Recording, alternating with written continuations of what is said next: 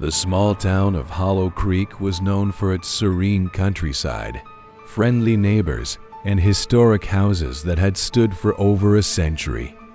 But there was one house that remained untouched for decades, its windows boarded up, its front yard overgrown with weeds.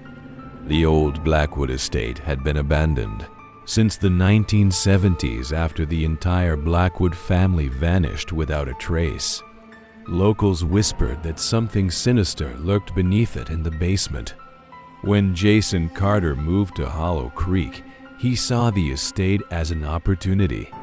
A real estate investor with an eye for restoration, he planned to renovate the property and turn it into a rental home. Despite the townspeople's warnings, he purchased the house and moved in alone to begin repairs. The first few nights were uneventful, but as Jason explored the house, he noticed something odd about the basement door. It was bolted shut with several rusted locks, as if someone desperately wanted to keep whatever was inside from getting out. Intrigued, Jason decided to open it. The air grew heavy the moment he cut through the locks. A damp, musty scent seeped through the cracks. The basement stairs creaked under his weight as he descended into the darkness. His flashlight flickered, casting eerie shadows against the stone walls.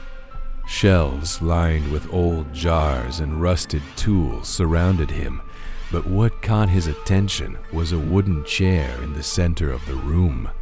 Thick, rusted chains were bolted to the floor around it, and deep scratches marred the surface of the wood, as if someone had struggled against restraints. A sudden chill wrapped around Jason's spine.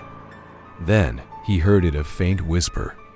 At first, he thought it was just the wind slipping through the cracks, but the whisper grew louder, turning into incoherent murmurs that swirled around him. He swung his flashlight around, scanning the basement for a source, but saw nothing. Then the lights went out. Darkness swallowed him whole. Jason's breath quickened as the whispers turned into desperate cries. Footsteps echoed around him, soft, shuffling, and getting closer.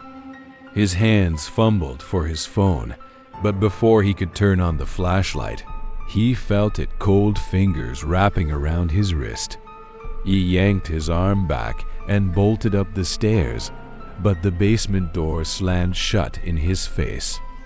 He pounded on it, screaming for help, but the house was empty. The cries in the basement grew louder, morphing into tortured wails. Jason pressed his back against the door, heart pounding, when something brushed against his neck. He turned and saw a figure in the darkness, its hollow eyes glowing faintly, its mouth twisted in silent agony. The entity reached out with elongated fingers, its movements slow, deliberate.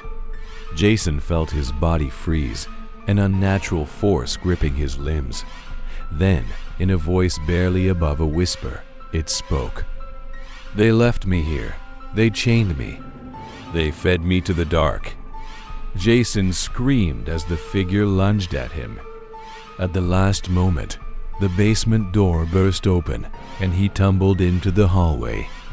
Gasping for air, he scrambled to his feet and slammed the door shut. He didn't hesitate. He grabbed his keys, ran to his truck, and never looked back. The next morning, Jason contacted a demolition crew. He paid them triple to destroy the Blackwood estate before the sun set. As the wrecking ball struck the house, a deep, guttural scream erupted from the basement, shaking the earth beneath their feet. The crew fled, refusing to return. To this day, nothing stands where the Blackwood estate once loomed. The land remains untouched, but on quiet nights, if you stand close enough, you might hear the desperate whispers rising from the soil calling for someone to open the basement door once more.